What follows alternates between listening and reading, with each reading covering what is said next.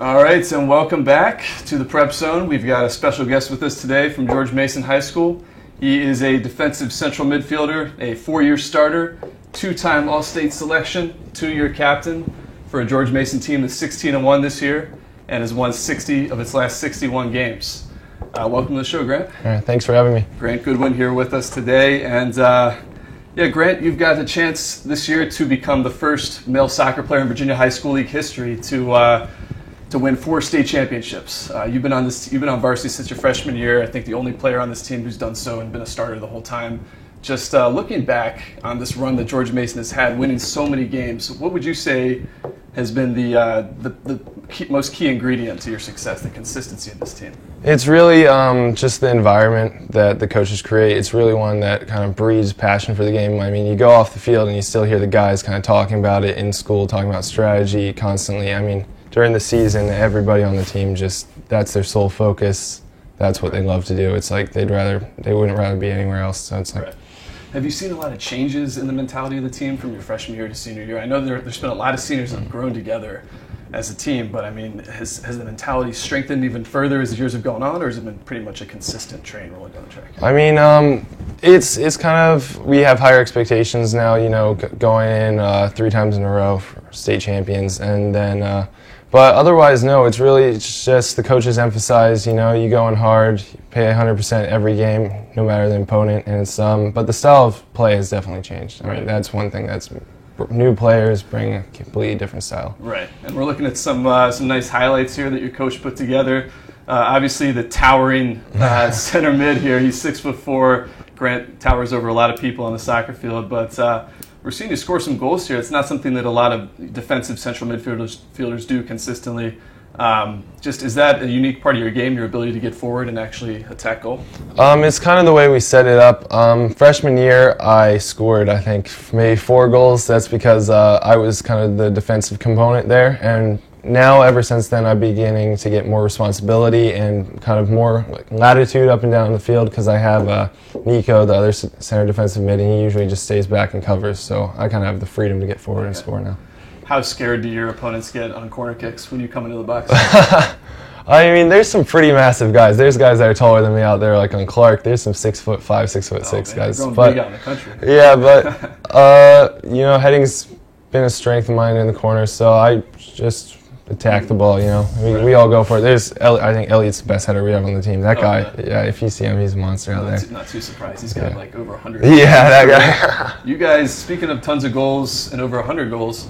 The big stat here that really is just shocking is that this season George Mason has outscored its opponents 109-3.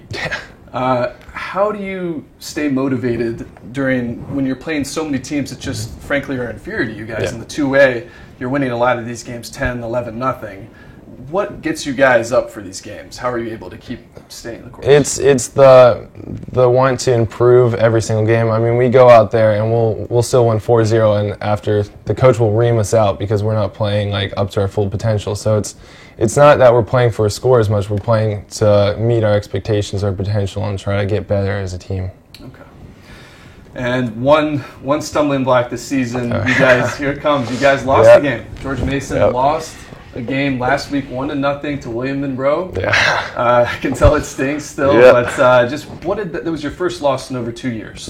What did that loss do for you guys? What was the reaction of the team afterwards? I mean, it was brutal for me after the game. I mean, you work so hard over the course of 2 years, you know, and you give it all, and you know you're the best, you're the better team out there, and you still come out with a losing record. It sucks. But our coaches after the game, you know, they said it wasn't our day.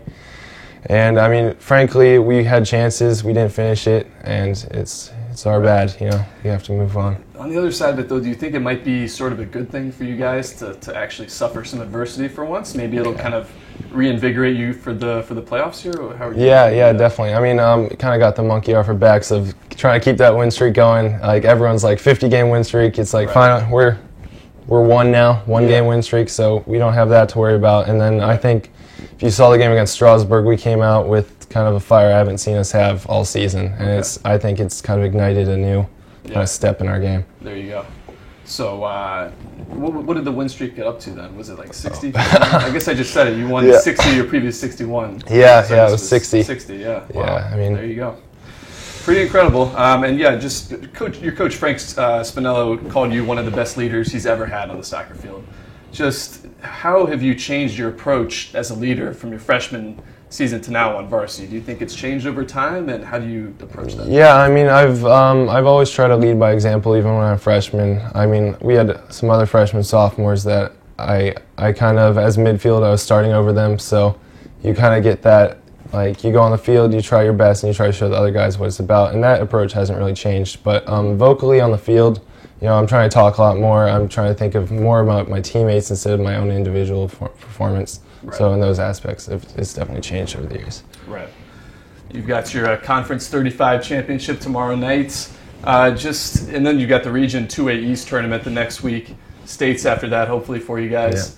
Yeah. How do you measure your approach differently from tournament to tournament? This conference one, like we said earlier, you won handily in the semifinal game. So that might change a little bit as the competition gets harder, but just, how do you alter your mentality depending on the tournament? I mean, is it something that you guys approach differently depending on regions versus conference? I mean, any elimination game, you're going out if you lose. So region, elimination game, conference, elimination, state elimination, all the same deal. Sure. You go out, it could end your season. I mean, someone's going home when you walk out there, and we just don't want it to be us. So mentality doesn't change. We go out there, we fight, and we try not to be the ones going home.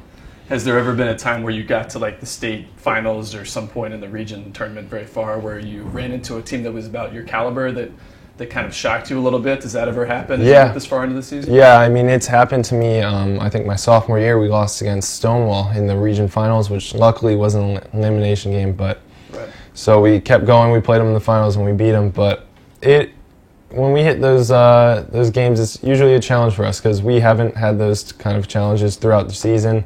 Because the caliber of our opponents hasn't been up to par normally. But when we hit them, I mean, it's tough. Yeah. And as an individual looking back on these 4 years with George Mason, just what is going to be your favorite memory? What are you going to take away from your high school career the most?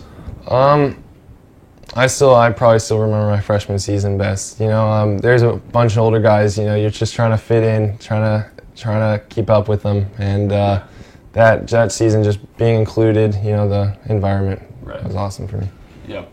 And who are some of the other guys on your team? We mentioned Elliot earlier. Elliot Mercado is your leading goal scorer. Mm-hmm. Actually, I think it might be Donal. Yeah, it's Donal this season by 6 goals. Yeah. I mean, they both have been bagging so many, it's hard to keep up. But, tell me about how important those guys are to the team and just what do they bring to the table? I mean, they're crucial. Just the ability to finish the ball. They bring some quality in the top third that we wouldn't have if we didn't have them. And it's like we can put some guys in there, like we have Riley and a few other guys, but they don't have that experience and that kind of touch and kind of sense for a goal. Yeah. And playing against a lot of these 2A teams that aren't up to your caliber, they're very small schools. They just don't happen to have all the good players that you guys have.